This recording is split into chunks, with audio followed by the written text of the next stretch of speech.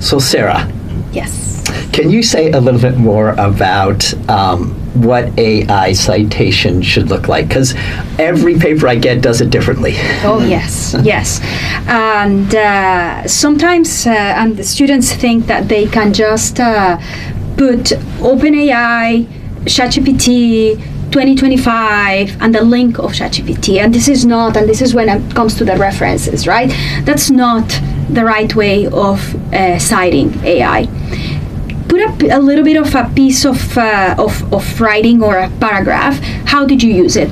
AI was used in this paper as to check on grammar and structure of thoughts, and then make sure that you add the link of your conversation with AI. There is a way in which you can share that specific link, and that link should be added in the reference. So, right, we remember in-text and reference. In the in-text, you say how you used AI in the paper, and you need to make sure that you add, of course, the year in which you're in. But then when it comes to the reference, make sure that inside of your reference, you're adding the link of your conversation with AI. Alternatively, if you don't have that link, and we know how lengthy those conversations can get with the bot, but if you don't have that link, you will need to add a third section, which is the appendix, with screenshots of those conversations and a trail of that conversation on how you used AI on those paper. Don't do that. Yes, that's going to be Provide the painful link. for the faculty. Right, Find speaking that as a link. faculty, don't do that. But you know, one more thing, Yes. it's that I get asked a lot is, do I need to cite Grammarly? If I use it for grammar, do I need to cite AI? And the answer is no. We've used, and you said it early as well, we've used Grammarly, spell check, all our lives. We've never cited it. For 40 years. This is not the point, exactly. Yeah. But when you use Grammarly, you don't have to cite Grammarly.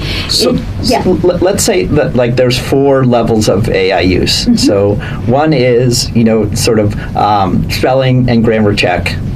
No need to cite. Yes. Second is you're using it to structure your thinking. It's being a super editor for you. It's helping that.